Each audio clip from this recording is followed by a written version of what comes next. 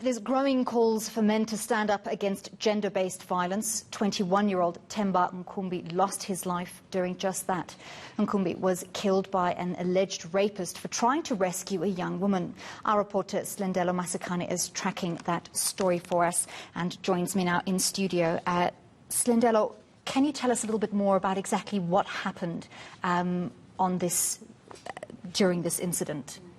Quite a tragic story, I must say, Andy. What we do know from speaking to the family as well as the survivor of this attack is that we know the complete state of affairs when it comes to the safety of women in our country. You're not only not safe in your home, but you're not safe on the street or even in your neighborhood. And what happened here is that about 2 weeks ago, this young woman was standing outside of her home late in the evening at around 10:30 with a friend, and Themba as well as his friends were just across the road. All of a sudden, a group of around 4 men surrounded this young woman as well as her friend outside of the home, started harassing them, asking this young woman, "Are you dating this boy? What's happening between the two of you?" They wouldn't answer, and after that they proceeded to essentially beat them up. And at some point, a gunshot was then fired. People scattered, but then Themba then opened the gate for this young woman to be able to crawl into her yard. These men had already started to undress her, but she did manage to crawl into the yard. Moments later, when he returned to try and see if she was okay, that's when the perpetrators, who were actually still in the area, then fired a fatal shot to his chest, killing him right there on the scene. Tragic loss for this family at only 21, the rest of his life ahead of him, his young life now cut short. How are they coping? Quite devastated, Anli. Speaking to the uncle as well as the sister who was sitting with the uncle, they're quite heartbroken because Themba was literally, like his name, the hope of the family. He was just 21 years old, studying tourism. He had a great love for cars, but he was the only boy, the heir to this family. He was the lineage that was supposed to continue the Nkumbi name, and that's no longer going to happen for this family. They're saying that, the perpetrators didn't just kill Themba by shooting him. They actually killed the whole family. Let's just take a listen to what he had to say. If you say Themba is cheerful, he was a cheerful young man. Wherever he was, he always had entourage around him. There were people around him because he was always laughing. Yeah, and unfortunately for my sister and my brother-in-law, he was the only hope. The Themba name didn't come by mistake. He was the only original Nkumbi. Unfortunately, he passed away without leaving a child because he was only 21. So the sad part is the Nkumbi family has ended. The killers shot one person, but they killed the whole Nkumbi family. But he loved cars more than anything else. I thought, think he was also a DJ. Did you know about a DJ? No, he just loved cars. He loved cars. I taught him how to drive. He loved cars, he loved BMW.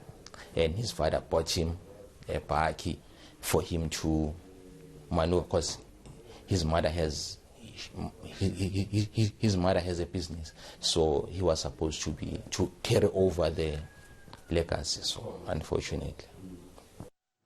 The young woman who survived this ordeal, thanks to Themba, must also be traumatized, I can only imagine. Traumatized, indebted, feeling quite guilty as well that by saving her, Themba unfortunately lost his life, but very grateful for what he did for her, because she says that if he hadn't opened the gate for her, who knows where she would be right now, who knows what a completely different story would be telling. Should be part of another statistic where we see women just being abused and killed on a daily basis. She says that she thinks about him every day. She attended the funeral, which was last week as well.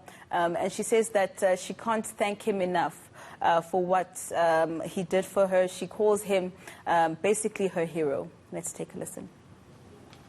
Honestly, I'd say thank you. Like, I'd really say thank you. And I'm still saying thank you. Like, each and every day. I'm not the same Kuku anymore, or the same girl anymore. I feel like I'm owing Utula, because if he didn't open this gate for me, we're talking a different story. I'm the one who's trending.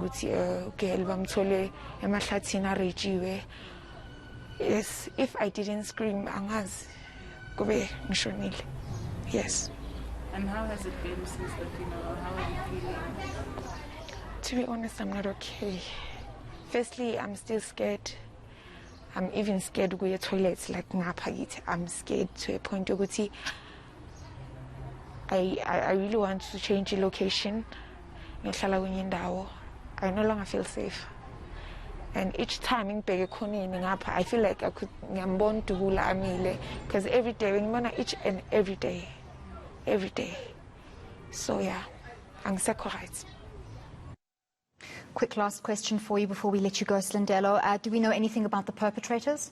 Well, what we do know is that following the outrage from the community at Jabulani, they marched to the police station, and subsequently to that, 3 arrests have been made in this particular case. But we do understand that there is 1 suspect still outstanding. We understand that the 3 suspects that have been arrested will be appearing in the Protea Magistrates Court this week. And of course, from the family side, they've also asked, South Africans to not take this death, Themba's death, in vain, and that it be a lesson, to other men and other people to take a stand against gender-based violence. Right, thank you very much for that report, Silindelo Masikane.